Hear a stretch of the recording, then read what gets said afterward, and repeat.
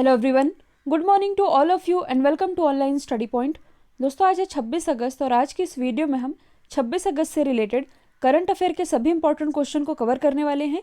तो वीडियो को लास्ट तक देखिएगा क्योंकि सारे ही क्वेश्चन इंपॉर्टेंट है। और यदि आप लोगों को इस वीडियो की PDF चाहिए तो आप हमारा मोबाइल एप्लीकेशन भी इंस्टॉल कर सकते हैं, जिसकी लिंक डिस्क्रिप्शन बॉक्स में दी हुई है। तो चलिए स्टार्ट करते हैं हमारा पहला क्वेश्चन। हाल ही में किस राज्य में भारत के सबसे लंबे नदी रोपवे का उद्घाटन किया गया है? तो इसका उद्घाटन अभी हाल ही में किया गया है असम राज्य में। और ये भारत का जो सबसे लंबा नदी रोपवे है, ये किस नदी पर बनाया गया है? तो ये बनाया गया है ब्रह्मपुत्र नदी पर। और ये रोपवे कुल 1.8 किलोमीटर लंबा है, जो कि ब्रह्मपुत्र नदी पर गुवाहाटी और उत्तरी गुवाहाटी को आपस में जोड़ता है। और इस रोपवे का संचालन गुवाहाटी के कचहरी घाट से उत्तरी गुवाहाटी के डोल गोविंदा मंदिर के बीच किया जाएगा, जिससे कि मतलब कि इस रोपवे का इस्तेमाल किए जाने के बाद क्या फ़ायदे होंगे। पहला तो ये कि जो ट्रैवल करने में मतलब कि इन दोनों जगहों के बीच जो यात्रा करने में समय लगता था, ये अब कम लगेगा। दूसरा ये है कि टूरिज़्म को भी बढ़ावा मिलेगा। और इसी का उद्घाटन अब कर दिया गया है असम में। तो आप मैप में देख सकते हैं, ये है असम की लोकेशन। असम की राजधानी क्या है? दिसपुर। मुख्यमंत्री है सर्बानंद सोनोवाल। गवर्नर ये हैं जगदीश मुखी। अब देखिए, यहाँ पर टर्म आया है भारत में सबसे लंबे।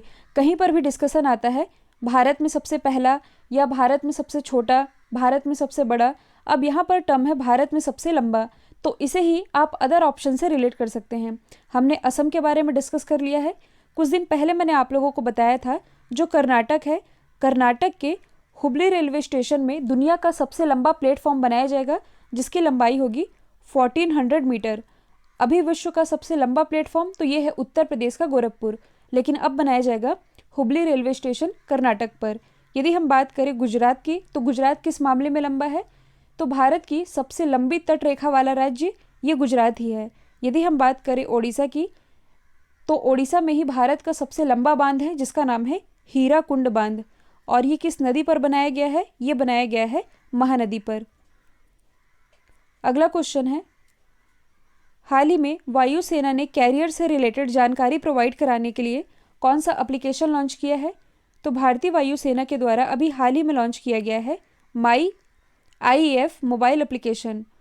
तो इस एप्लीकेशन के थ्रू मतलब कि जो भी कैंडिडेट इंडियन एयरफोर्स में शामिल होना चाहते हैं, उनके लिए है ये एप्लीकेशन। मतलब कि IAF से रिलेटेड जो भी इंफॉर्मेशन होगी, इसमें क्या क्या चीज़ें होती हैं, करियर के क्या क्या ऑप्शन होते हैं, ये सारी इन्फॉर्मेशन इस एप्लीकेशन में मिल सकेगी। और इसे ही लॉन्च किया गया है RKS भदौरिया के द्वारा, जो कि प्रेजेंट टाइम में हमारे वायुसेना प्रमुख हैं। यदि हम बात करें इंडियन एयरफोर्स की, तो इसकी स्थापना हुई थी 8 अक्टूबर 1932 में। और इसलिए 8 अक्टूबर को हम मनाते हैं इंडियन एयरफोर्स डे के रूप में। हेडक्वार्टर कहाँ स्थित है? तो इसका हेडक्वार्टर स्थित है दिल्ली में। और RKS भदौरिया ये हैं अध्यक्ष, उपाध्यक्ष हैं HS अरोड़ा। अब देखिए, यदि आप इंडियन एयरफोर्स को करंट से रिलेट करेंगे, तो कोरोना महामारी के बीच 2 मिशन इसके द्वारा लॉन्च किए गए हैं। वंदे भारत मिशन, इसके तहत जो भी भारतीय विदेशों में फंसे हुए हैं, उनको अपने देश वापस लाया जा रहा है। दूसरा है ऑपरेशन संजीवनी। ऑपरेशन संजीवनी के बारे में मैंने आप लोगों को क्या बताया था? तो देखिए, इसी ऑपरेशन के थ्रू भारत ने मालदीव को 6.2 टन मेडिकल दवाएं प्रोवाइड कराई है। तो ये आप याद रखेंगे। अब यहाँ पर यदि हम अदर एप्लीकेशन को डिस्कस करें, तो हाल ही में जो मौसम एप्लीकेशन है, ये लॉन्च किया गया है डॉक्टर हर्षवर्धन के द्वारा। कल मैंने आप लोगों को बताया था हरित पथ मोबाइल एप्लीकेशन के बारे में, जो कि अभी हाल ही में लॉन्च किया गया है नितिन गडकरी जी के द्वारा। जबकि जो SS कोरोना एप्लीकेशन है, ये दिल्ली गवर्नमेंट के द्वारा लॉन्च किया गया है। नेक्स्ट है, हाल ही में UEFA चैंपियंस लीग 2019-20 का खिताब किसने जीता है? तो ये भी हाल ही में जीत लिया है बायर्न म्यूनिख ने, और इसने हराया है पेरिस सेंट जर्मेन को। तो सबसे पहले हम जान लेते हैं UEFA क्या है। तो इसकी फुल फॉर्म बनती है union of European football association. इसका जो फाइनल मैच है, ये खेला गया था लिस्बन में। लिस्बन ये पुर्तगाल की कैपिटल है, जहाँ पर इसका फाइनल मैच खेला गया और विजेता रहा बायर्न म्यूनिख। और देखिए, जो बायर्न म्यूनिख है, ये जर्मन का एक पेशेवर स्पोर्ट्स क्लब है। ये तो विजेता रहा है। इसके साथ ही बायर्न म्यूनिख ऐसा पहला यूरोपीय कप विजेता बन गया है जिसने कि टूर्नामेंट के दौरान अपने सभी मैच जीते हैं और बायर्न म्यूनिख का ये 6वां चैंपियंस लीग खिताब है। इसने हराया है पेरिस सेंट जर्मन को। और देखिए, यदि आप करंट से रिलेट करेंगे तो मैंने आप लोगों को बताया भी था कि हाल ही में बायर्न म्यूनिख ने लगातार 8वीं बार बुंडेसलीगा खिताब अपने नाम किया है। ये पिछले ही महीने की न्यूज़ थी जिसके बारे में मैंने आप लोगों से डिस्कस भी किया था। अब देखिए, अभी मैंने बताया है बायर्न म्यूनिख ये जर्मन का एक पेशेवर स्पोर्ट्स क्लब है। तो आप मैप में देख सकते हैं, ये है जर्मनी की लोकेशन। ये स्थित है यूरोप महाद्वीप में। जर्मनी की कैपिटल क्या है? तो ये है बर्लिन। करेंसी है यूरो। अच्छा, यहाँ की चांसलर कौन है? तो ये है एंजेला मर्केल। और अभी हाल ही में फोर्ब्स के द्वारा विश्व की सबसे शक्तिशाली महिलाओं की लिस्ट जारी की गई थी, जिसमें टॉप पर है एंजेला मर्केल। भारत की जो निर्मला सीतारमण जी हैं, ये हैं 34वें स्थान पर। जर्मनी के आसपास की आप लोकेशन देख सकते हैं। ये है नॉर्थ सी यानी कि उत्तरी सागर, ये है बाल्टिक सी। अगला क्वेश्चन है, हाल ही में ऑस्ट्रेलिया के दिग्गज ऑलराउंडर ने संन्यास का ऐलान किया है, इनका नाम क्या है? तो देखिए, हाल ही में ऑस्ट्रेलिया के जो दिग्गज ऑलराउंडर हैं कैमरन वॉइट, इन्होंने क्रिकेट के सभी फॉर्मेट से संन्यास लेने का ऐलान कर दिया है। यदि हम इनके करियर की बात करें तो इन्होंने ऑस्ट्रेलिया के लिए 4 टेस्ट, 91 ओडीआई यानी कि वनडे इंटरनेशनल और 47 T20 मैच खेले हैं और अब इन्होंने क्रिकेट के सभी फॉर्मेट से संन्यास लेने का ऐलान कर दिया है। तो सबसे पहले आप मैप में देख सकते हैं, ये है ऑस्ट्रेलिया की लोकेशन। आसपास जो आप लोगों को द्वीप दिख रहे हैं, ये तो है न्यूजीलैंड। आसपास जो आप लोगों को द्वीप दिख रहे हैं, ये सभी सामूहिक रूप से क्या कहलाता है? ऑसिनेशिया। ऑस्ट्रेलिया की यदि बात की जाए तो कैपिटल क्या है? कैनबरा। करेंसी है डॉलर। प्राइम मिनिस्टर हैं स्कॉट मॉरिसन।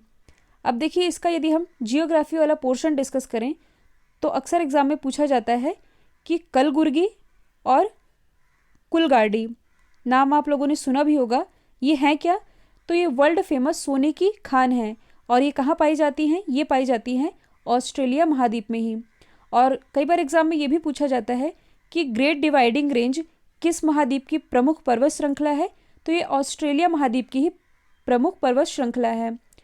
अब देखिए, ऑप्शन में आप लोगों को जितने भी नाम दिख रहे हैं क्रिकेटर्स के, ये सभी ऑस्ट्रेलिया से रिलेटेड हैं और ये करंट से भी रिलेटेड है, इसलिए मैंने ऑप्शन में रखा है। यदि हम बात करें स्टीव स्मिथ की, तो मैंने आप लोगों को बताया था कि हाल ही में आईसीसी की नवीनतम टेस्ट रैंकिंग जारी की गई है, जिसमें कि ऑस्ट्रेलिया के जो स्टीव स्मिथ हैं ये टॉप पर हैं, जबकि भारत के जो विराट कोहली हैं ये हैं दूसरे स्थान पर। यदि हम बात करें पैट कमिंस की, ये भी ऑस्ट्रेलिया से ही बिलोंग करते हैं। इस साल का जो आईपीएल होने वाला है, तो आईपीएल में सबसे महंगे खिलाड़ी ये पैट कमिंस ही हैं। इन्हें खरीदा गया है लगभग 15 करोड़ रुपए में और ये खेलेंगे कोलकाता नाइट राइडर्स के लिए। कल मैंने आप लोगों को बताया था लिसा स्टालेकर के बारे में। ये कौन है? तो देखिए, हाल ही में आईसीसी हॉल ऑफ फेम में 3 लोगों को शामिल किया गया है, जिसमें से एक है लिसा स्टालेकर, जो कि ऑस्ट्रेलिया की पूर्व कप्तान रह चुके हैं। तो ये भी आप याद रखेंगे। नेक्स्ट है, हाल ही में अर्जुन मुंडा द्वारा ट्राइब्स इंडिया शोरूम का उद्घाटन कहाँ किया गया है? तो इसका उद्घाटन अभी हाल ही में किया गया है मुंबई में। और क्यों किया गया है? तो आदिवासी लोगों की आजीविका को बढ़ावा देने के लिए ये ट्राइफेड की पहल है। अब ये ट्राइफेड क्या है? तो इसके बारे में मैंने आप लोगों को 2 दिन पहले ही बताया है। इसकी फुल फॉर्म बनती है the tribal cooperative marketing development federation of India. और ये जो ट्राइफेड है ये जनजाति मंत्रालय के अंतर्गत ही आता है और इसी ट्राइफेड ने अभी हाल ही में ट्राई फूड परियोजना भी शुरू की थी, जो कि लॉन्च किया गया था अर्जुन मुंडा के द्वारा। अर्जुन मुंडा जो कि जनजाति मामलों के मंत्री हैं, इनकी कॉन्स्टिट्यूंसी है खुंटी झारखंड और कुछ समय पहले ही इन्हें आर्चरी एसोसिएशन ऑफ इंडिया के अध्यक्ष के रूप में भी नियुक्त किया गया है और इन्होंने ही इस ट्राइब्स इंडिया शोरूम इसका उद्घाटन कर दिया गया है मुंबई में। तो आप मैप में देख सकते हैं, ये तो है महाराष्ट्र की कैपिटल है मुंबई और मुंबई ये है लोकेशन मुंबई की। मैंने आप लोगों को बताया है कि भारत का जो पहला फ्लोटिंग बास्केटबॉल कोर्ट है ये ओपन किया गया है मुंबई में और मुंबई में भी कहाँ? अरब सागर में। आप देख सकते हैं ये अरब सागर से लगा हुआ है। मुंबई में मोस्टली बैंकों के हेडक्वार्टर है, जैसे कि state bank of India, reserve bank of India, HDFC और आईसीआईसीआई और भी कई बैंक हैं जिनका हेडक्वार्टर स्थित है मुंबई में ही। साथ ही आप लोगों ने National Stock Exchange Bombay Stock Exchange, SEBI यानी कि Security and Exchange Board of India, इन सभी का नाम सुना होगा। तो इन सब का भी हेडक्वार्टर मुंबई में ही स्थित है और मुंबई को कहा जाता है भारत का हॉलीवुड और 7 टापुओं का शहर। प्रसिद्ध सिद्धि विनायक मंदिर ये मुंबई में ही स्थित है। तो मुंबई से रिलेटेड ये सारे फैक्ट आप याद रखेंगे। नेक्स्ट है, हाल ही में एयर एडवेंचर श्रेणी में तेनजिंग नॉर्गे राष्ट्रीय अवार्ड 2019 ये किसने जीता है? तो ये भी हाल ही में जीत लिया है विंग कमांडर गजानंद यादव ने। अब देखिए 2 या 3 दिन पहले मैंने आप लोगों को बताया था जो तेनजिंग नॉर्गे अवार्ड होता है ये कुल 4 कैटेगरी में दिया जाता है। ये 4 कैटेगरी कौन कौन सी है? Air adventure, land adventure, water adventure और लाइफ टाइम अचीवमेंट अवार्ड, ये 4 कैटेगरी होती है। तो जो विंग कमांडर गजानंद यादव है इन्होंने ये अवार्ड जीता है एयर एडवेंचर की कैटेगरी में और ये पैरासूट जंप ट्रेनर हैं। इन्होंने अब तक 2900 से अधिक बार छलांग लगाई है। अब यहाँ से आप अदर ऑप्शन को रिलेट कर सकते हैं जो कि तेनजिंग नॉर्गे से ही रिलेटेड है, यानी कि तेनजिंग नॉर्गे अवार्ड से ही रिलेटेड है। मैंने आप लोगों को बताया था सत्येंद्र सिंह लोहिया के बारे में जिन्होंने अभी हाल ही में तेनजिंग नॉर्गे राष्ट्रीय अवार्ड जीता है। किस कैटेगरी में? वाटर एडवेंचर की कैटेगरी में। तो ये एक पैरा स्विमर है और ये ऐसे पहले पैरा स्विमर बन गए हैं जिन्होंने तेनजिंग नॉर्गे राष्ट्रीय अवार्ड अपने नाम किया है। पिछले ही वर्ष जो अर्पणा कुमार हैं इन्होंने ये अवार्ड अपने नाम किया था लैंड एडवेंचर की कैटेगरी में और ये माउंट एवरेस्ट पर चढ़ाई करने वाली भारत की पहली महिला आईपीएस ऑफिसर भी हैं जिसके लिए इन्हें प्रदान किया गया था तेनजिंग नॉर्गे राष्ट्रीय अवार्ड। अगला क्वेश्चन है, हाल ही में पाकिस्तान सरकार ने किस पूर्व प्रधानमंत्री को भगोड़ा घोषित करके ब्रिटेन सरकार से प्रत्यर्पण की मांग की है? तो ये मांग की गई है नवाज शरीफ को। तो जैसे कि आप सभी जानते हैं कि कुछ समय पहले ही जो नवाज शरीफ है इन्हें भ्रष्टाचार के मामले में आरोपी करार दिया गया था और इन्हें सज़ा सुनाई गई थी। ये पाकिस्तान के 3 बार प्राइम मिनिस्टर रह चुके हैं और इलाज के लिए ये अभी लंदन में हैं। तो जो पाकिस्तान सरकार है इन्होंने इसे तो भगोड़ा घोषित कर ही दिया है, साथ ही ब्रिटेन सरकार से इसके एक्स्ट्राडिशन की भी मांग की है। तो सबसे पहले हम जान लेते हैं पाकिस्तान के बारे में। ये है पाकिस्तान की लोकेशन। पाकिस्तान की राजधानी है इस्लामाबाद। यहाँ के जो प्राइम मिनिस्टर हैं ये कौन है? तो ये हैं क्रिकेटर इमरान खान और यहाँ के राष्ट्रपति ये हैं आरिफ अलवी। और सौर ऊर्जा से संचालित विश्व की पहली संसद ये पाकिस्तान में ही है। और अभी हाल ही में सिंधु जल समझौते को लेकर के भारत ने पाकिस्तान के सामने वर्चुअल बैठक का भी प्रस्ताव रखा था। अब देखिए यहाँ से एक टर्म है भगौड़ा। अभी भारत में ही मतलब कि भगौड़ा आर्थिक अपराधी अधिनियम जो है ये पास किया गया था। तो भारत का जो भगौड़ा अधिनियम है ये क्या कहता है? तो इसका मतलब ये नहीं कि आप लोगों ने बैंक से मान लीजिए 5 या 10 हज़ार रुपये लिए हैं और आपने देश ही छोड़ दिया है तो आपको भगौड़ा कहा जाएगा। तो भगौड़े की भी एक परिभाषा दी गई है भारत में। तो जो भगौड़ा विधेयक पारित किया गया था इसके अनुसार यदि कोई व्यक्ति 100 करोड़ या उससे अधिक की रकम लेकर के देश से फरार हो जाए और भारत आने से इनकार करे तो उसे ही भगौड़ा का टैग दिया जाएगा। तो ये अमाउंट आप ज़रूर याद रखेंगे, 100 करोड़। अगला क्वेश्चन है, वित्त मंत्रालय के मुताबिक अब कितने लाख रुपए तक के सालाना कारोबार वाले व्यापारियों को जीएसटी से छूट मिलेगी? तो ये मिलेगी 40 लाख रुपए तक के सालाना कारोबार वाले कारोबारियों को।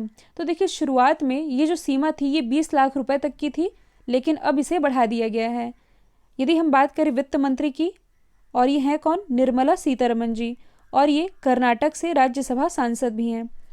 यदि हम बात करें जीएसटी की, तो कई बार एग्जाम में पूछा जाता है कि जीएसटी ये कैसा कर है। मैंने आप लोगों को बताया है 2 तरह के टैक्स होते हैं, डायरेक्ट टैक्स और इनडायरेक्ट टैक्स, यानी कि प्रत्यक्ष कर और अप्रत्यक्ष कर, जिसमें कि जो जीएसटी है ये कैसा कर है? ये इनडायरेक्ट टैक्स यानी कि अप्रत्यक्ष कर है।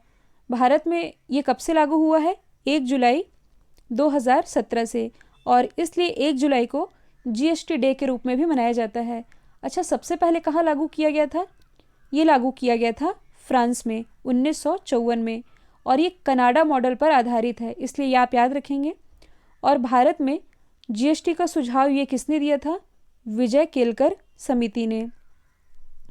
एक और चीज़ आप याद रखेंगे, जीएसटी की स्वीकृति देने वाला पहला राज्य तो असम है, लेकिन जीएसटी को पारित करने वाला भारत का पहला राज्य ये तेलंगाना है, तो इसमें आप कंफ्यूज नहीं होइएगा। और जीएसटी के अध्यक्ष कौन होते हैं? तो जो वित्त मंत्री होते हैं, जैसे कि निर्मला सीतारमण जी, ये है वित्त मंत्री, तो यही होंगी जीएसटी की भी अध्यक्ष। अगला क्वेश्चन है, किस राज्य सरकार ने जनजाति बच्चों को उनकी मातृभाषा में पढ़ाने के लिए नमथ बसई कार्यक्रम चलाया है? तो ये भी हाल ही में चलाया गया है केरल गवर्नमेंट के द्वारा। तो इस कार्यक्रम के तहत आदिवासी बच्चों को ऑनलाइन शिक्षा प्रोवाइड कराई जाएगी, मतलब कि घर पर ही। इसके अंतर्गत कुछ लैपटॉप भी डिस्ट्रीब्यूट किए गए हैं, जिसमें कि प्री रिकॉर्डेड क्लासेस का एक यूट्यूब चैनल है, इसके थ्रू स्टडी कराई जाएगी आदिवासी बच्चों को। तो सबसे पहले आप मैप में देख सकते हैं केरल की लोकेशन। केरल की राजधानी क्या है? तिरुअनंतपुरम। और तिरुअनंतपुरम में कुछ समय पहले ही भारत का पहला स्पेस टेक पार्क स्थापित किया गया है। मुख्यमंत्री कौन है? तो ये हैं पिनरई विजयन। और यहाँ के राज्यपाल तो ये हैं आरिफ मोहम्मद खान। केरल उच्च न्यायालय के भी एक्टिंग जस्टिस अभी हाल ही में बनाए गए हैं एंटनी डोमनिक। सीए यानी कि सिटीजन अमेंडमेंट एक्ट, इसके विरोध में प्रस्ताव पास करने वाला भारत का पहला राज्य ये केरल ही है। इंपॉर्टेंट नेशनल पार्क तो Periyar, Eravikulam, silent valley national park. Next है, हाल ही में वन अरेंजर्ड मर्डर बुक, ये किसने लिखी है? तो ये भी हाल ही में लिखी गई है प्रसिद्ध राइटर चेतन भगत के द्वारा। और ये रिलीज़ कब की जाएगी? 28 सितंबर 2020 को। और ये चेतन भगत की 9वीं नोवेल है और ओवरऑल ये इनकी 11वीं किताब है।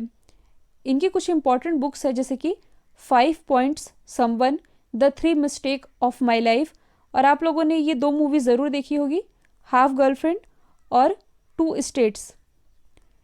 और ये जो दोनों मूवी है इन्हीं के द्वारा लिखी गई स्टोरी पर बेस्ड है, तो ये आप याद रखेंगे।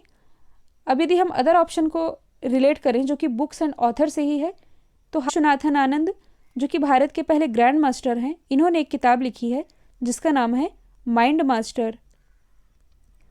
और जो एम वेंकैया नायडू जी हैं, भारत के वाइस प्रेसिडेंट, इन्होंने अपने कार्यकाल के 3 साल पूरे होने पर एक किताब लिखी है जिसका नाम है कनेक्टिंग कम्युनिकेटिंग चेंजिंग।